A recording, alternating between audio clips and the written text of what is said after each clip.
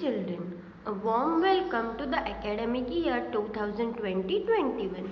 My name is Mrs. Tejaswini Zadav and I am your geography teacher. So, let us start our first online session with lesson number 1, the earth and the graticule. Children, what do you know about the earth? Okay, I will tell. It is the third planet from the sun. It is the only planet known to have an atmosphere. Earth is the largest of the planets in the solar system. Only 3% of Earth's water is fresh and 97% of it is salty. Now let us see about graticule. A graticule is a network of lines representing parallels and meridians on which a map or plan can be represented. Next, you can see the two images on your screen. One is of the horizontal line and second is of the vertical line. Next, you can see an image of network. It is an arrangement of intersecting horizontal and vertical lines.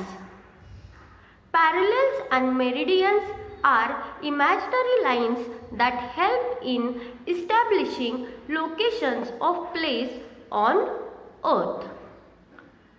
Next, you can see a map on your screen.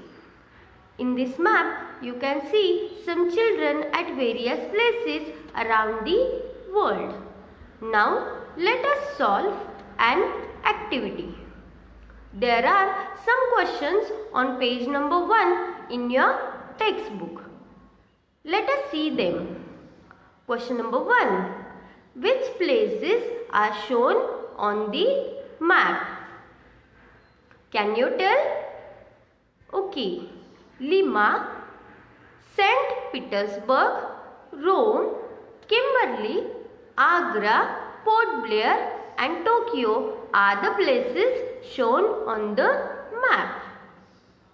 Question number 2. In which city is the Taj Mahal located? The Taj Mahal is located in the city of Agra.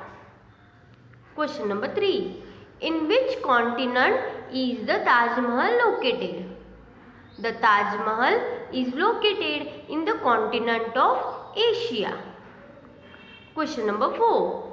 In which direction is the Taj Mahal located for Graham in St. Petersburg, for Katya in Kimberley, for Michiko in Tokyo and Meenakshi in Port Blair? The Taj Mahal is located in the southeast subdirection for Graham in St. Petersburg, in the northeast subdirection for Katya in Kimberley, in the southwest subdirection for Michiko in Tokyo, and in the northwest subdirection for Meenakshi in Port Blair. Next question. Shahid in Agra is specifying the directions in which the others live. How will he express them? Shahid will specify that Michiko lives in the northeast subdirection. Meenakshi lives in the southeast subdirection. Katya and Enric live in southwest subdirection. And Natalia and Graham live in northwest subdirection. Last question. In what direction will Natalia in Rome and Enric in Lima say the other child lives? Will their answers be the same? Natalia will say that Enric lives in southwest subdirection and Enric will say that Natalia lives in northeast subdirection.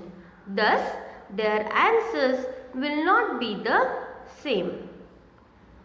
So children, from this we understand that any monument is located at a particular place on the earth. However, when people from different places tell its direction from their respective places, their answers are different. Thus, the use of directions and subdirection alone does not help us to accurately describe the location of a particular place on the earth. Therefore, it becomes necessary to use the exact system to state the precise means accurate, correct, location of any place on the earth. Let's see another activity on page number 2 in your textbook. Observe the image of the globe on your screen and answer the questions. Question number 1. There are some vertical and horizontal lines on the globe. Which of these lines are more in number? Okay. Longitudes are more in number, that is 360. Question number 2. What labels do these lines have? Longitudes and latitudes. Question number 3. What similarities and differences do you see in the labels? Similarities are they are at right angles to each others. Also, longitudes and latitudes both are used to locate any place on earth. Next question. Will it be possible to actually draw such lines on the earth? No. Now, let us see another picture that displays the earth's sides. The figure shows the lengths of east-west and north-south diameters of the earth. The length of east-west diameter of the earth is 12,756 kilometers, while the length of north-south diameter of the earth is 12,714 kilometers. There are forests, uneven lands, innumerable islands of different sizes, buildings, oceanic waters on the surface of the earth. Therefore, to determine the location of a place, it is impossible to draw some vertical and horizontal lines on the earth. In order to overcome this difficulty, geographers developed a miniature model, means a small model of the earth. It is called a globe. We can actually draw horizontal and vertical lines on a globe, though not on the earth. Thus, a globe can be used to determine the locations on the earth. Thus, they are imaginary lines on the earth. Our next point is angular distance. You can see a figure on your screen. It shows that the location of any point on the earth is determined with reference to the center of the earth. Any point on the earth makes an angle with the plane of the equator. You can see an equatorial plane. The measure of this angle is used in determining the location of that point. X is any point on this circle. For example, the measure of angle XMV is 30 degree. That is, its angular distance from the equator is 30 degree.